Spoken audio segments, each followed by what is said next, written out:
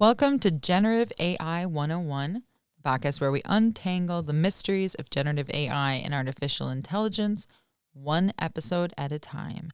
I'm Emily Laird, your host and a university lecturer specializing in generative AI. If you're curious about the world of generative AI and AI, maybe you've heard the buzzwords, seen the headlines, but it all seems like science fiction. Well, buckle up, because we're exploring the magic behind the machines in a way even your grandma could understand. In this series, we'll venture from AI basics to advanced generative AI, breaking down complex concepts into easy-to-understand segments. Each episode aims to build your understanding, whether you're a student, professor, or AI enthusiast. Welcome to Generative AI 101.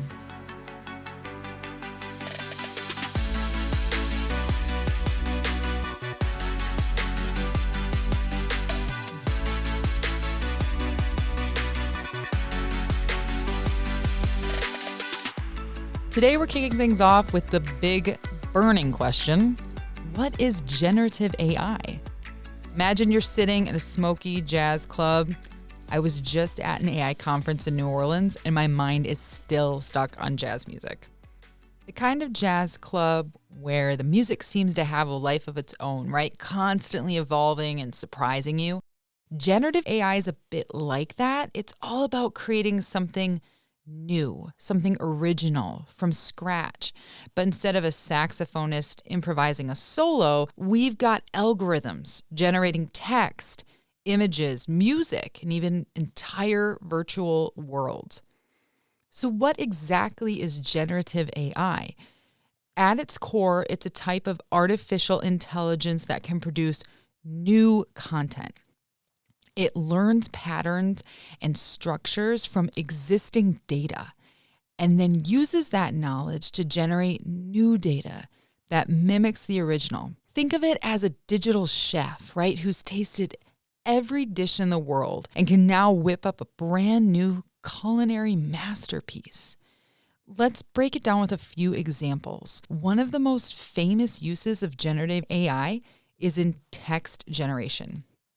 You've probably heard of ChatGPT by OpenAI. If you haven't, you live under a rock or just came out of some strange post-COVID bomb shelter. And welcome to the world. This is so exciting for you. ChatGPT describes what you'll do with the generative AI model. You'll chat with it. GPT stands for Generative Pre-trained Transformer. We'll break that down in a future episode. And it's capable of generating coherent human-like text based on the prompts it's given. People are using generative AI models like ChatGPT to write everything from email to poetry using input prompts. An input prompt is the text you provide to a generative AI model that invokes an output. You give the generative AI direction or ask it a question, and it provides output in the form of writing what you've directed or offering, maybe an answer.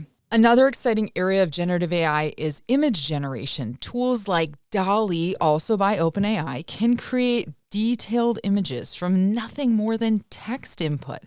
Imagine typing a two-headed flamingo standing in Times Square, and boom, you get a surreal image of exactly that.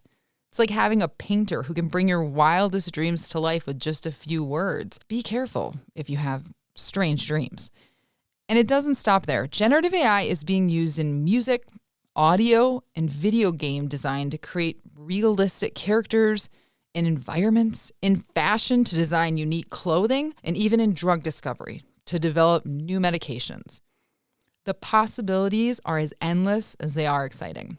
But how does it all work? Generative AI models are typically trained using deep learning techniques. They're fed massive amounts of data and learn to recognize the patterns within that data.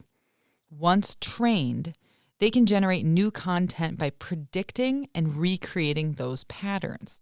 It's like teaching an apprentice baker all the secrets of making bread.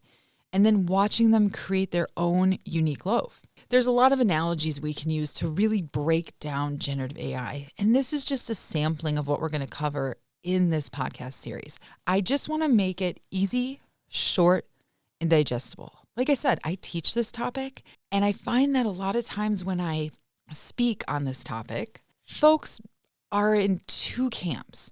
They've heard about it or are testing it out. Maybe they're in a third camp and they're like a total expert, or they're just dipping their toe in the water and are a little nervous to get in. I get it. I want to make it feel digestible, easy, and provide you an opportunity to feel confident in your knowledge of generative AI or your impulse to explore. For now, just think of generative AI as a magical tool that can create new, original content based on what it's learned and what you, the person engaging with it, asks. Whether it's writing a novel or painting a masterpiece, the creative possibilities are truly endless. That's a wrap for today's episode of Generative AI 101. I hope you're as intrigued by AI as I am. If you've got questions, thoughts, or just want to connect, you can find me on LinkedIn. Just look up Emily Laird, and let's keep the conversation going. Thanks for tuning in, and until next time, stay curious, stay adventurous, and remember, you know more about generative AI now than you did when you arrived.